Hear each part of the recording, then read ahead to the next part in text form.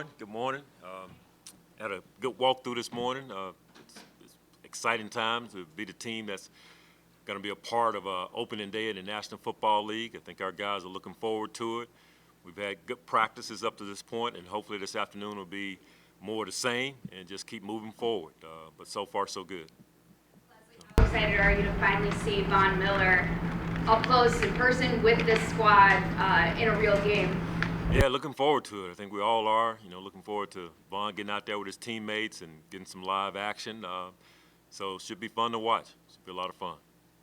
Plan for things to shake out between Kaiir and Christian? We're still going through the process with them, John. They both had good training camps for us, and we'll mix it up in the ball game and see how things are going as the game goes on. How do you feel a guy like Dane has helped them have such a close relationship, being drafted together, but some would maybe believe a first-round pick getting threatened playing time-wise by sixth, that they wouldn't unite. Do you feel Dane has had a positive influence on how to handle that competitive type of relationship? I think so. Dane has been thrust into a leadership role probably sooner than he would have imagined, with the absence of Tre'Davious being on the field, being in the classroom, being in the meetings and coming to practices, but that's not quite the same as being out on the field and practicing with your teammates. So Dane has been the one who's had to kind of step up and continue to encourage both of our young corners, and he's done that, and I think that's had a lot to do with the chemistry between the three of them. They get along so well, and they encourage one another. No ego, and a lot of that for sure goes to Dane. Credit him for keeping that conversation going and encouraging both our young guys, for sure. Why do you think that Taryn faces that challenge of playing against Cooper Kupp? And obviously it's a team scheme, but he'll get some snaps there, I'm sure, one-on-one with him. Yeah, one of the premier receivers in our league, for sure, in Cooper Kupp, and he had a terrific 2021 season. And Taryn is an outstanding defensive back, outstanding nickel corner for us, and it'll be a good challenge, a big challenge. And he works extremely hard. He spends a lot of time watching tape and getting familiar with his opponents, so it won't be any different this week, but for sure he'll have his hands full. But Stafford has a big arm, obviously, and he's really effective throwing downfield. Think about the challenge of preventing explosive plays against their downfield passes. Yeah, that's something that you definitely want to prevent if you can in a ball game like this. They've had a lot of success in the past in 2021 of getting those explosives, and you're right. Matthew Stafford has a strong arm. He can make those deep ball accurate throws, and we've seen that on tape time and time again. We've talked about it, and that's one of our goals, to try to minimize their chances of making big plays down the field. Now, sometimes easier said than done, but that's our goal. We're going to be working to minimize those opportunities for them down the field.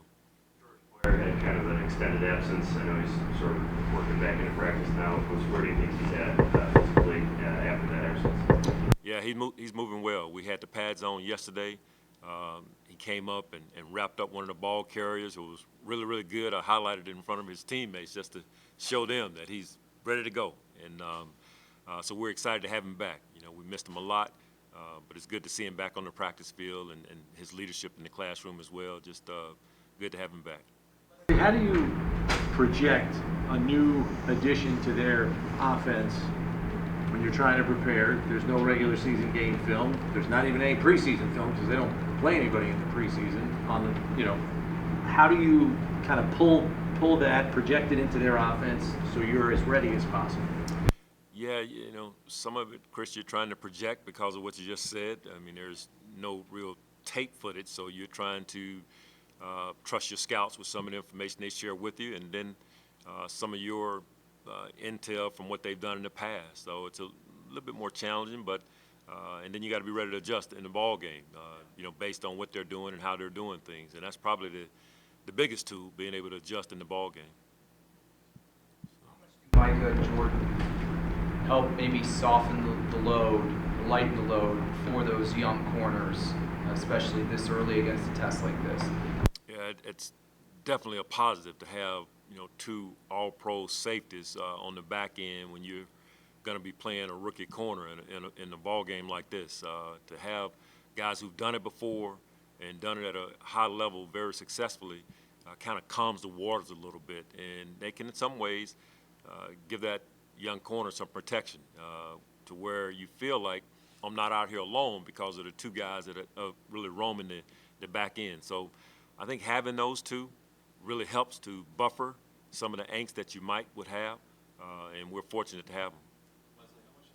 Wrestle with, having the idea of having two young corners out there versus going out and getting an external veteran free agent to kind of like steady the ship, so to speak. Yeah. Joe, for sure, that was something that went through our minds throughout the off season as well as, camp, but we settled on that this is the direction that we wanted to go, and I think it's, to this point, it's worked out well. It was a good decision, and, we just keep moving forward and keep giving those young guys opportunities to go out and perform, and they've done a good job up to this point, so, we'll see how it all shakes out. When it comes to Terrell Bernard and Tyrell Dodson, I know how you list them on the depth chart maybe as Terrell being the backup, but Terrell being the strong side, Tyrell being the backup to both Matt and Tremaine. But how does that shake out between those two? Are they kind of interchangeable? Is one the backup to the Will and one's the backup to the Mike? Throughout the preseason, even in the offseason, OTAs, we practiced both of them at both positions so that they could learn those positions, and that's kind of the way we've gone into it, that they have to be able to play both. And they've done a good job throughout the preseason. You probably saw where we moved them around a little bit. If we get an injury, we feel like either one could go in and do a good job at either Mike or in our system, the Will linebacker position, because they've been practicing it. They're good in the classroom with it. So they are interchangeable in a lot of ways, yes. Knowing how that Trey's now on pup and is going to miss at least the first quarter for sure, do you think that does anything to the young quarterbacks for you, planning-wise?